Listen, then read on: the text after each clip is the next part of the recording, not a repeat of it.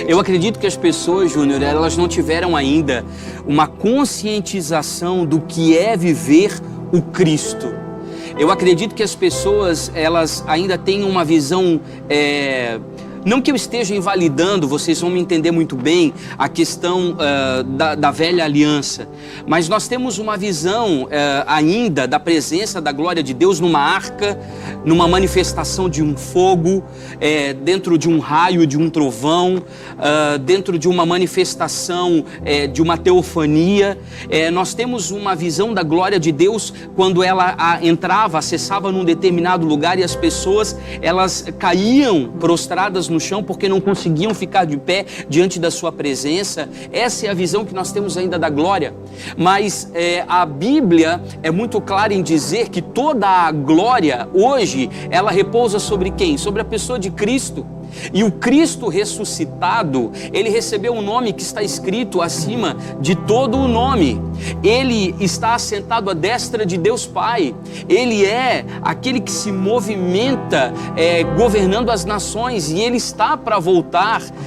E nós precisamos ter essa consciência de que esse Cristo, ele precisa ser encarnado por cada um de nós. Nós estávamos mal acostumados com 2 horas de reunião em que nós éramos anestesiados por uma palavra motivacional e íamos para casa e a nossa vida continuava na mesmice de sempre. Hoje eu estou vendo os pais voltarem a abrir a Bíblia na mesa, juntamente com os filhos, e compartilhar das Escrituras. Hoje eu estou vendo os cultos familiares voltarem para dentro das casas, os maridos assumirem seus papéis e funções, as mulheres assumirem seus papéis e funções. Ou seja, Deus está começando a ajustar as coisas debaixo de uma palavra em que as famílias são bases, em que o Cristo irá se revelar.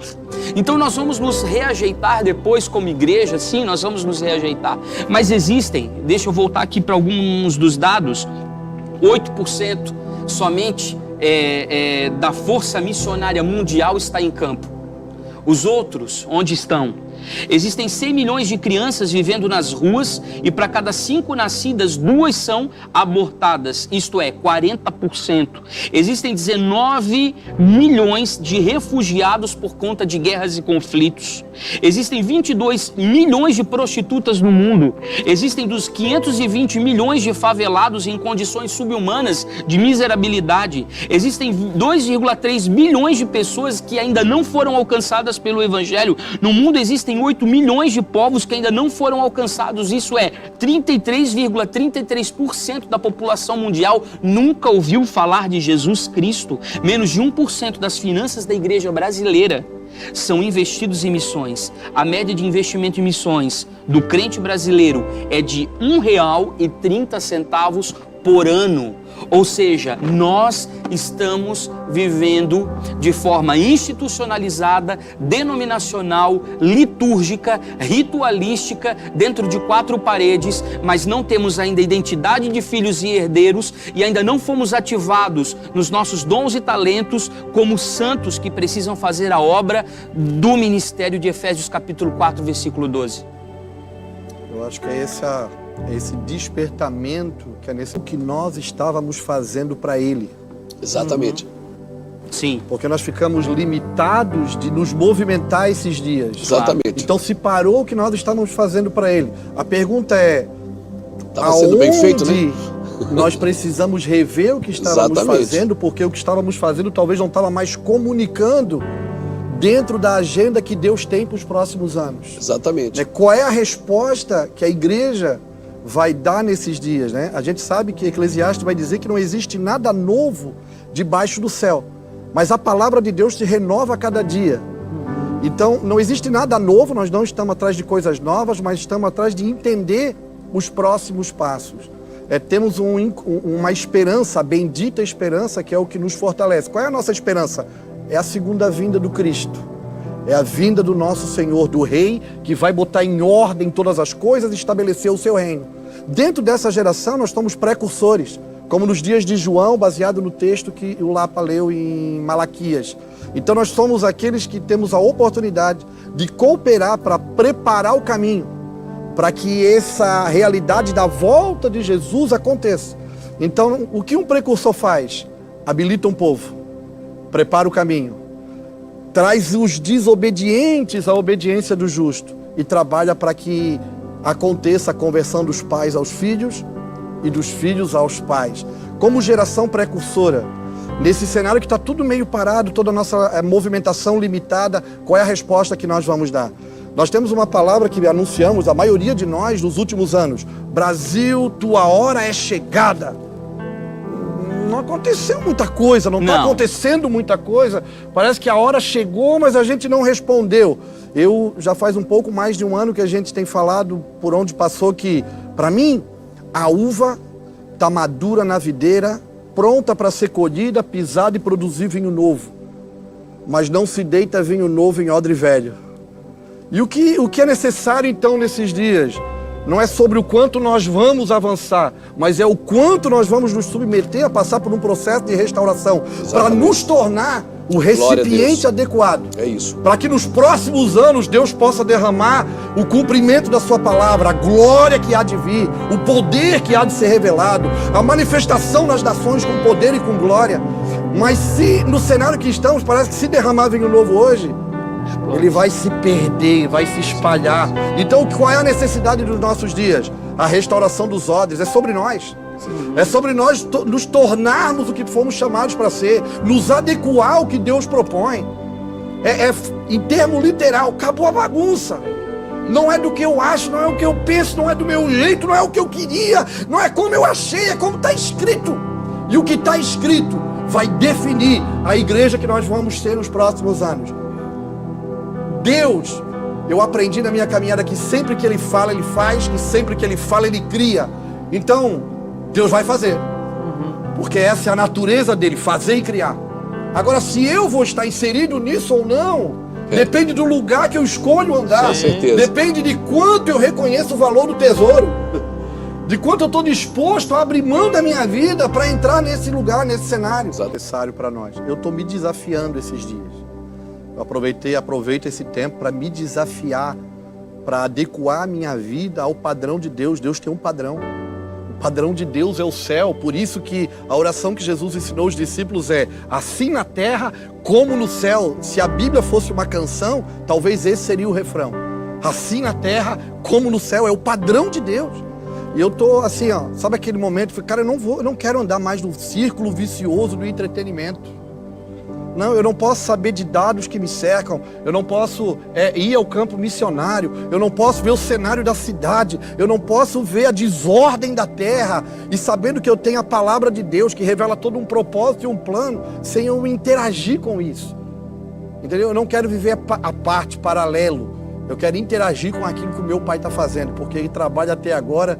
E eu também preciso trabalhar. Ele está envolvido num projeto, ele tem um negócio, ele tem um plano, ele tem um propósito. Glória a Deus. E eu quero estar inserido naquilo que o meu pai está inserido. Só que, claro, isso, né, é muito mais romântico, é muito mais empolgante falar do que viver. Porque quando a gente fala que 1% da arrecadação, do dinheiro da igreja é investido em missões, a gente diz, uau, então vamos investir. Na hora que a gente tem que abrir o bolso para fazer isso, não, é muito mais romântico falar dos dados, é romântico falar da movimentação da igreja, é romântico falar do que eu quero fazer. Mas esse é um tempo que chegou de gente assim, sabe aquela arregaçar a manga e dizer, Jesus, não tenho muitos anos pela frente. E não tem mais desculpa. Eu não tenho mais desculpa para dar, eu não tenho muita coisa para perder tempo. Cara, não tem mais, eu fiz uma escolha, não tem plano B. Não tem plano B na obra de Deus, eu não posso voltar atrás. E o que é o plano B? Há uns anos atrás a gente teve uma experiência com isso, da oração de uma irmã chamada Nehama, numa conferência em Curitiba. Era a casa dos X-Men. Teologia, conhecimento, informação. Era sério, uma masturbação espiritual. Sim. Todo mundo enchendo de conhecimento, mas não produz nada. Não gera vida. É só informação em cima de informação. Exatamente. Até que deram o microfone, fizeram a loucura de dar o microfone para uma anciã, missionária americana que mora em Curitiba. E daí ela pegou o microfone e em 3 minutos ela acabou com a teologia do lugar. Ela acabou com os nossos castelos de areia. Porque ela disse aqui, vocês querem servir Jesus? Não, ela mesmo respondeu, ninguém tinha coragem. Vocês não querem seguir Jesus? Porque vocês ainda têm um plano B. Se vocês querem servir Jesus, sofram as consequências. Sabe o que é não ter plano B, já? Exato. É nós fechar todas essas portas. E não ter saídas de Pelo emergência. lado de dentro. Jogar a chave pro lado de fora. E se esse lugar pegar fogo, nós vamos morrer queimado. É se submeter e se sujeitar Submeter ao que àquilo que Deus Deus determinou. propõe. É claro que nem todos foram chamados para dar um testemunho de Marte. Mas para os próximos anos, para a vida do Senhor, a igreja vai ter uma consciência de martírio. Ela vai ter uma consciência de entrega, de renúncia, de entender que só faz sentido isso. Sim, Senhor. Porque senão é só entretenimento. Sim, Senhor. Nós vamos andar em círculo. E eu não quero que passe 10 anos da minha vida, eu olhe para trás e diga, o que eu fiz?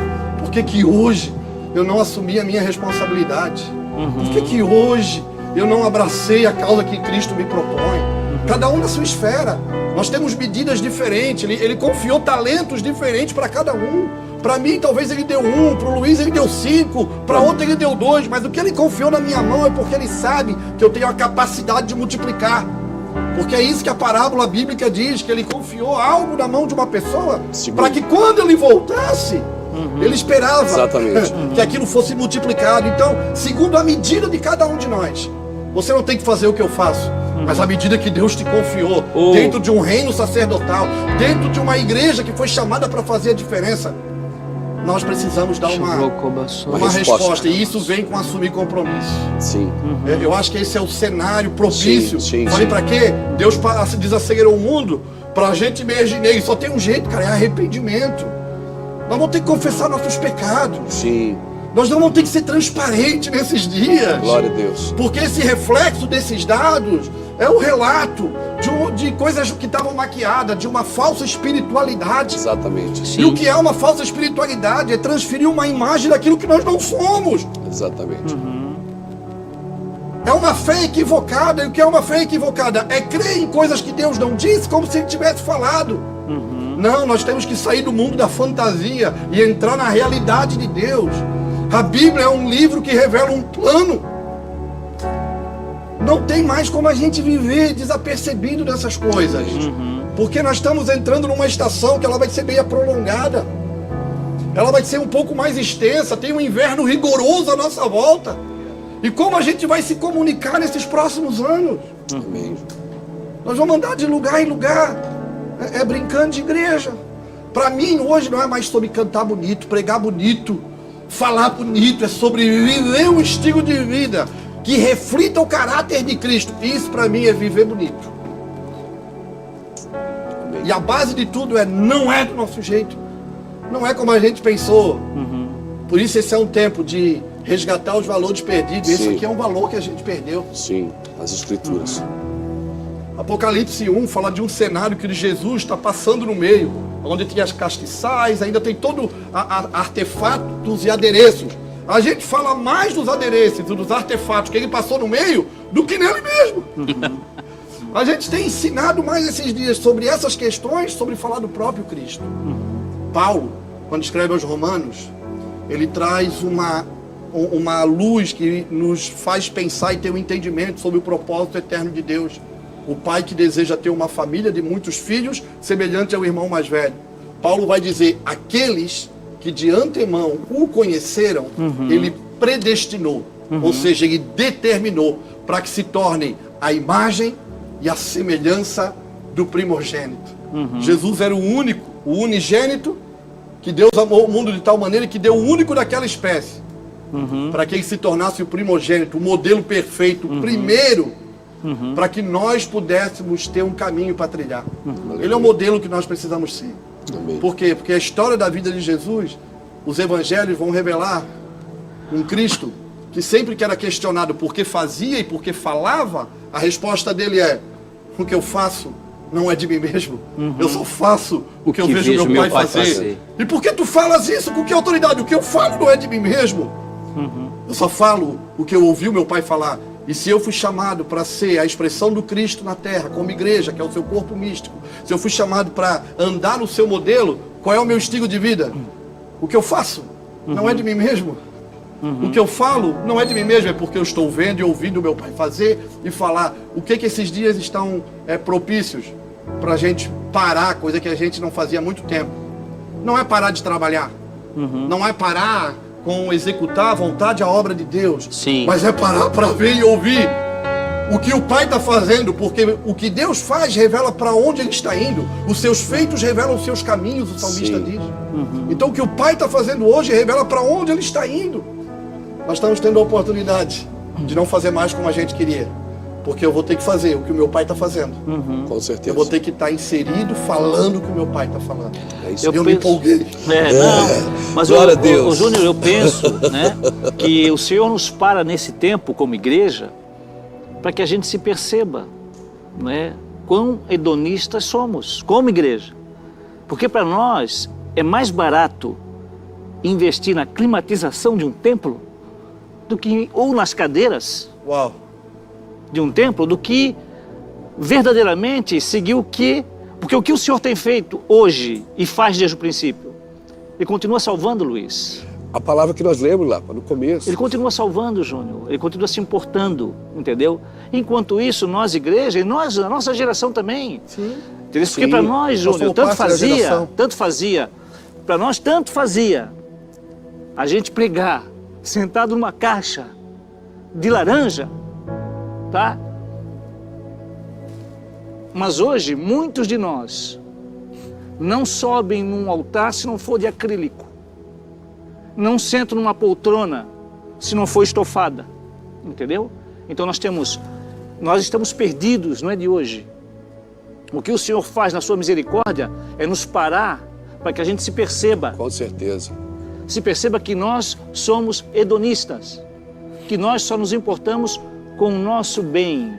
E aí eu posso falar sem medo de todos nós, porque todos nós em algum momento traímos o Senhor, entendeu? A minha luta nos últimos tempos tem sido menos. Eu quero mais de menos. Eu quero um carro e daqui a pouco eu vou querer uma bicicleta, tá? Eu quero mais de menos, porque quando nós temos menos, nós temos mais de Deus. Não é porque a gente deixa de poder usufruir aquilo, não é isso. É que o nosso coração, ele se desprende dessas coisas. O que nós precisamos, Júnior? Tu falou agora, assim, ó, só que eu preciso de vida. Eu estou com 52 anos, e se tudo correr bem na perfeição de Deus, eu tenho mais 18 anos de vida nessa terra. E eu quero deixar um legado. Amém.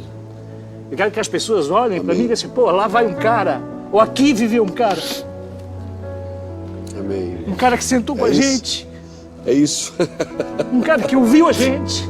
Entendeu? É isso aí. É isso que eu espero da minha vida, cara. Só. É isso que nós queremos lá.